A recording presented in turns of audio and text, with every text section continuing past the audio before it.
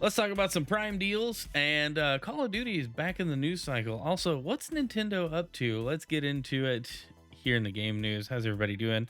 Hope you've had an enjoyable week. But let's talk about the last 7 days in game news, notably the last like 4 or 5, really. But who's counting, right? Let's get into it.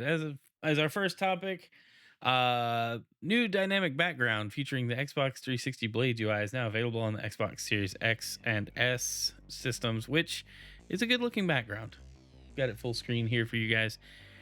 The animations in the back are fine, very subtle. I like the blades. If you guys had a 360 on like launch day, the first couple of years, first year for sure, this was so simple to navigate, and it was so clear what you were doing, and it was well before the time Microsoft really dove into making weird UI decisions, as you can see by the overlay of the Xbox dashboard as it exists in 2024.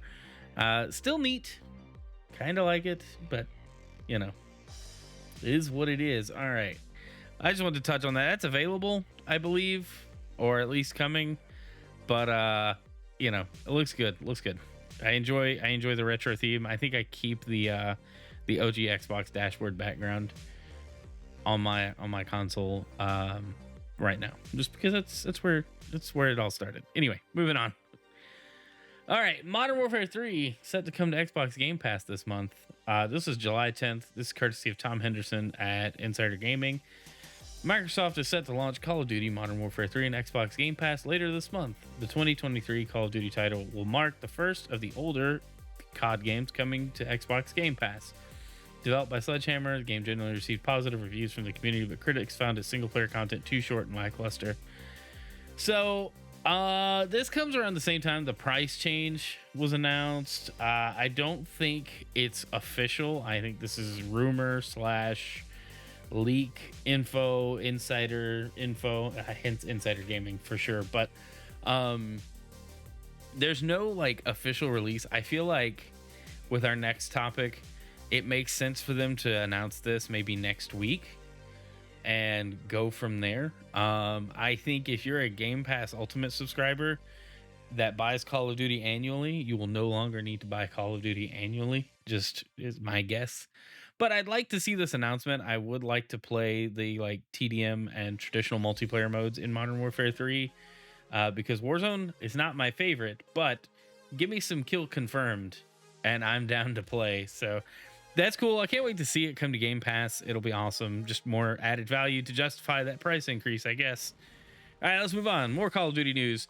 This is courtesy of the official Call of Duty website. For Black Ops 6, pre-order and get open beta early access starting August 30th with an open beta running September 6th through 9th. So this early access is the beta. You just get it a week early.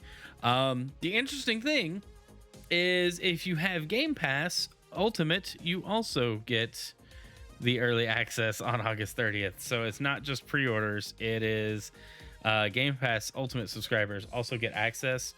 I believe there's another version of this graphic floating around there.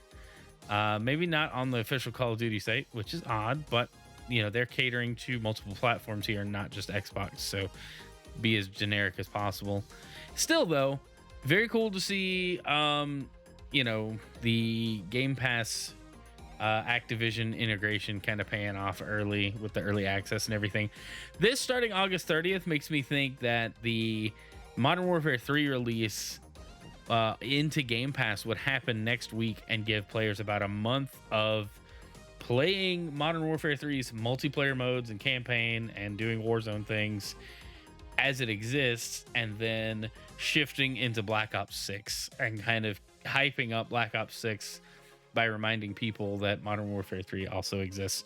Don't ask me why I think that. I just think it makes the most sense. It gives players enough time to enjoy it. But who knows? They could announce it August 1st, as like the big August game for Game Pass, ending out and rounding out the month with Black Ops 6 open beta. So there you go. All right, moving on to the next story. 3 games were added to NSO Nintendo Switch Online on GBA. All 3 Starfy games. And I think my favorite thing about these is this is the first time they're released in the US, but let's watch the trailer.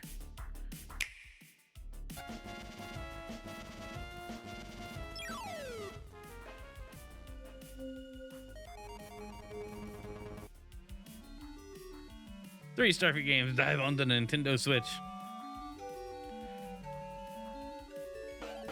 These look like fun little platformers. Never played Starfy. Oh, there you go. It's not translated. Run, jump, and swim through underwater worlds. I really hope you don't need the context of the dialogue to enjoy the game. Because otherwise, these games look good.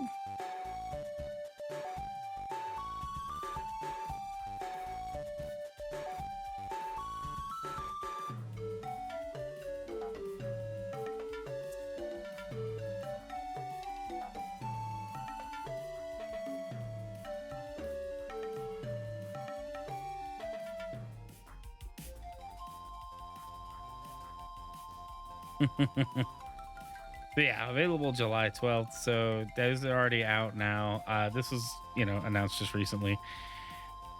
But yeah, these are totes just untranslated Japanese titles. And they've done it before, but even the games that are on NSO in Japanese, but the like English or American apps for these not having any sort of translation, they could easily patch this. They could literally steal the work of the fan translations and just put that in the ROM.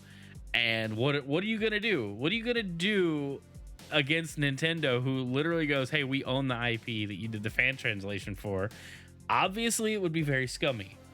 Obviously, but they could literally just patch these ROMs with English text, and it would be like that little bit of extra that could allow people to actually enjoy these games. But still, I would like to check out the Starfy series on GBA. Maybe on stream. Probably not. I can't read Japanese. I don't know about you guys. You probably can. Some of you. Anyway, moving on. Okay, Nintendo Shadow dropped this, so I present it without any commentary.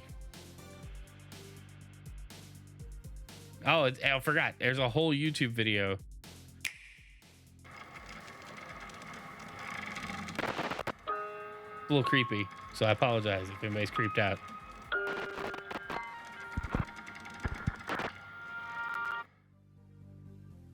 All right, so yeah, no context. The title is Emio, and then hashtag who is Emio. Game's rated M. It already has an ESRB rating, M for mature. So, there's that. But they straight up just were like, hey, suddenly, check this out. Here's the thing. And it looks like Nintendo's releasing an M-rated game. I want to learn more. Want to know more. Probably not going to feature this on any streams anytime soon, but I still want to know what on earth this is. And I'm sure you all do too. My guess is it's some creepy supernatural kind of story there. Some horror game. Who knows? Could it be like Eternal Darkness? I don't know. I don't know at all. All right, let's go on to our next topic. Zelda Echoes of Wisdom got an ESRB rating, 10 and up, fantasy violence. But this description here has a little key phrase in it. Let's just read it. This is an adventure game in which players assume the role of Zelda as she attempts to dispel rifts throughout Hyrule and rescue Link. From a 3/4 overhead perspective, players explore various environments while fighting stylized enemies, e.g. humans, creatures. As Link, whoa, hold up, players use a sword and arrows to defeat enemies. Zelda can use a magic wand to summon creatures, e.g. wind-up knights, pig soldiers, slime, for battle. Some enemies can be defeated by being set on fire. Other creatures dissolve into mist when defeated. Battle sequences are somewhat frenetic, with several enemies attacking, fighting at once. But as Link, players use a sword and arrow to defeat enemies. I've seen speculation, and I agree. This is probably the intro sequence to the game. You play as Link for all of 10 minutes, 5 minutes, and that's the equipment you go in with. Link has the sword, some arrows, a shield, and then defeats Ganon, as we see in the opening sequence of the trailer, sucked into the void. And that's it. And the rest of the game is Zelda rescuing Link and the rest of Hyrule. However, what if you could swap for specific scenarios where you need to just hack and slash through a bunch of enemies, and using the wand to copy items is not, it's too slow, or they just design some things to break up the gameplay a little bit and you play as Link. I feel like, it's a little like, oh, what, you just couldn't rely on Zelda being the main character the whole time? Or did you really just want to feature Link chopping up enemies? If that's the case, I really think it's mostly the intro sequence, maybe like a new game plus thing, or whatever. But I don't think you'll be playing as Link very much, if it beyond the intro of this game. That's my speculation. I just find it interesting that this is how we find out there's some gameplay description for Link. Or ESRB is just trolling us and was like, we're going to throw that line in there because everybody knows how Link exists in the Zelda universe. Of course he uses a sword and arrows to defeat enemies. However, you're playing this game as Zelda, you nincompoops. And everybody's like eating this up, and the intern that wrote this at the ESRB is just like, what a bunch of nerds. I don't know. I went too far with that, but anyway. Moving on to our next topic. I thought this was interesting. This was last week. Palworld dev signs deal with Sony to form Palworld Entertainment and expand the IP. This is from IGN. Updated on July 10th. Posted on July 10th. The developer of Palworld has signed a deal with Sony to form a new business called Palworld Entertainment to capitalize on the breakout success of the video game by expanding the IP. Japan-based Pocket Pair announced a joint venture with Sony Music Entertainment in Japan and Aniplex to establish Palworld Entertainment for the purpose of accelerating the multifaceted global development of Palworld and its further expansion. So this isn't tied to a video game. This is literally so they can do anime, toys, probably other merch, just having the backing of Sony to help fund and produce these things. So what I think this is going to amount to is Pocket Pair sees an opportunity to do what Pokemon and then some of the other Mon and tangent, related things have done. Like the Pokemon Company being a massive success isn't just the Pokemon Company, it's Nintendo, Creatures, and Game Freak. It's three companies functioning under one umbrella to make the Pokemon IP do all the things that it currently does. And that's what this looks like. It's just Pocket Pair wants to expand into things that they wouldn't be able to do on their own. They would need some help to do it, and they found it. So interesting to see where this goes. I haven't touched Palworld. Have anybody in chat, anybody in the comments played Palworld? Let me know. Recently, I haven't touched it since it launched. I don't know. Maybe I need to revisit it at this point, but I legitimately don't know. All right, well, let's move on to our next story. Okay, so all those games came out on iOS. Well, Resident Evil 7 on iOS has reportedly been purchased by fewer than 2,000 people. Previous iOS console ports have seemingly also performed poorly. I have several thoughts on this that I've shared before every time this has come up. But basically, these games are full-priced games on my phone, and people aren't ready for that. People aren't ready for that at all. And that's just the nature of things. That's just how it's going to go. I don't know what a pricing strategy for this could look like with these full-priced games on iOS, but $20, actually, that's kind of reasonable. The Resident Evil 7 is pretty old at this point. But they haven't made a whole lot of money off of it. Now, still, it's more money than they wouldn't have made, but they still had to do the work on the port and all that. Is it something that we're gonna see continue at this point, hearing how bad these have done, or are we gonna see a preemptive culling of porting AAA games to mobile, in this style. I don't know. It's gonna be interesting to find out. I'm not hopeful.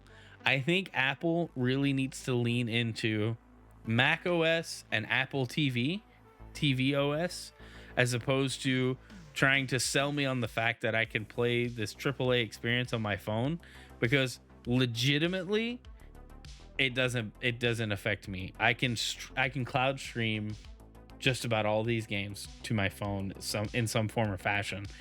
So I'm not gonna have the the desire to buy the iOS version when I can just play the Steam version or the Xbox version through xCloud and just play it on my phone that way. However, there might be people that have never played it and have been wanting to play it. If iOS is your only means of enjoying it, buy an Apple TV and get a Bluetooth controller and enjoy, just get an Xbox controller and enjoy it that way. You'll have a far better experience because you're not trying to play this giant, complex game on a tiny screen. I think that's where they're losing people. It's small, and it's a little expensive for something on my phone. Like that, just no two ways about it. But anyway, yeah, I'll leave that there. I could soapbox on that if I wanted to. All right, let's talk about Prime Day and this interesting bundle that showed up. Last week we talked about xCloud running on the Fire TV Stick 4K. Well, now we have the Xbox Amazon Fire TV Stick 4K Max with Robot White Core Wireless Controller Bundle plus free month of Game Pass for new members. You couldn't have come up with a smaller name, but here in this little image, stream Xbox games, no console required. Very interesting branding and sales tactics here. You can also get it with different color controllers, which is kind of cool, but $80 gets you a Fire TV Stick 4K, a month of Game Pass, and an Xbox controller to connect to it to stream these games from xCloud. Really capitalizing on that deal for Prime Day. I find it interesting that we're seeing no console required in the US. Like, that's just crazy to me. What is this time period we're living in? This push for xCloud might be what makes it more relevant. I don't know how many people actually use Fire TV. Every experience I've had with it has left me wanting just to replace it all with Roku. Now, if they get xCloud on Roku, let's take it a little more serious. But I think this is a big step. Partnering with Amazon's not that surprising, but it is a big step to get xCloud in front of more people. We'll just see. I want to know what the adoption rate is in, like, let's say by Christmas. Give me the pre-Christmas time numbers, and then after Christmas time, how many people are getting these Fire Sticks or this bundle? Because this bundle probably ain't going away. This bundle will resurface in November as a Black Friday deal. I can almost guarantee it, and it'll probably be like $60 instead of 80. I'll just predict that there right now, 6 months in advance. Anyway, but yeah, super interesting. And then Prime Day as a whole. Let's talk about this for a second before I move on. Prime Day as a whole is okay. Some decent deals. It doesn't seem as off the wall, like random stuff like it has the last few years. You've got obviously all your Amazon branded stuff, Kindle, Fire Stick, all the other things Amazon does, discounted pretty substantially. And then you've got some outliers. About the only things I've seen from a gaming perspective, though, is the Western Digital terabyte storage card, expansion card for the Xbox Series X and S is the lowest price it's been in a long time. $117.79. I think it's the lowest it's ever been, if I saw that price chart correctly earlier. But that's awesome. So if you need some expansion storage space for your Xbox, which I actually do, I really want to pick this up. I don't know if I will. I might wait a little longer. But then on that note, if you need more space on your Switch, I saw this 1 terabyte micro SD card, which may be more relevant when the Switch 2 rolls around, but definitely going to be important if your Switch is constantly running. I know mine is, and I think I've got a 256 in mine, and it's not enough. I don't know what all I have installed at this point, but these are the most decent deals. It's mostly storage, SSDs. If you have a PC or PS5, NVMe M.2 drives, uh, SD cards, SATA drives. Just the solid state storage is on like good sales on Prime Day. Everything else is kind of hit or miss. I saw some Switch games, seen some PlayStation games, nothing major. But hey, Prime Day is here. I hope you all can take advantage of it. Maybe you'll get a chef hat or something. I don't know. That's a deep cut. I don't know if anybody remembers the chef hat from the first Prime Day. Anyway, that's it for the game news, y'all. Let me know what you guys think in the comments if you're watching this after the fact. You're watching this on Twitch. We're gonna jump into some Twilight Princess HD and bring in our YouTube and Rumble audience as well, so they can go along this journey with us. But yeah, thanks for watching. If you're watching on YouTube after the fact, like, subscribe, do all the things to help. Let me know in the comments how it's going, and go and play video games now. So see ya.